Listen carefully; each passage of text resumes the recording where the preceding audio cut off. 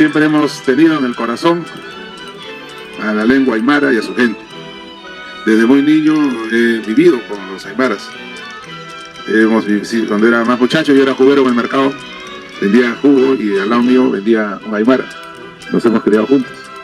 También en el colegio era aymara, la aymara también. Nos hemos aprendido a respetar, a querer, a valorar las costumbres y también la lengua. Casi el 70% de nuestra región es aymara. La gran mayoría de los votos, las 3 veces que he sido alcalde y ahora que soy gobernador y gané en primera vuelta, han sido aymaras, porque siempre hemos tenido una relación muy estrecha con ellos.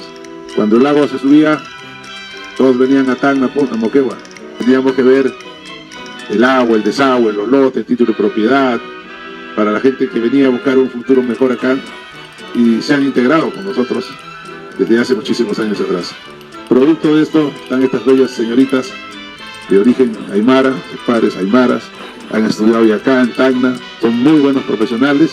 Desde hace un año, cuando se fueron de Sabadero, me estaban diciendo, queremos hacer esto acá, podemos traer la reunión de los aymaras acá. Claro, pues cómo no, si es bonito y es bueno para el Perú que nosotros valoremos nuestras culturas, nuestra gente.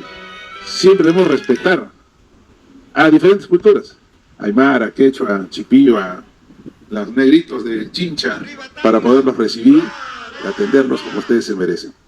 Mi corazón siempre ha sido aymara y continuará aymara.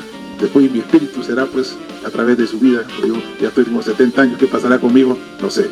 Pero ahorita pues les voy a dar mi espíritu antes que me vaya, para que ellos los vuelvan a desarrollar, culturas de querer al hermano, de querer al prójimo y juntos elaborar y trabajar para que nuestro país, nuestra región, nuestro país sea de lo mejor. Tenga cada vez menos pobres y más gente con prosperidad. Muchas gracias. Muchas gracias. ¡Que viva Tacna! ¡Que viva Aymara! Muy bien.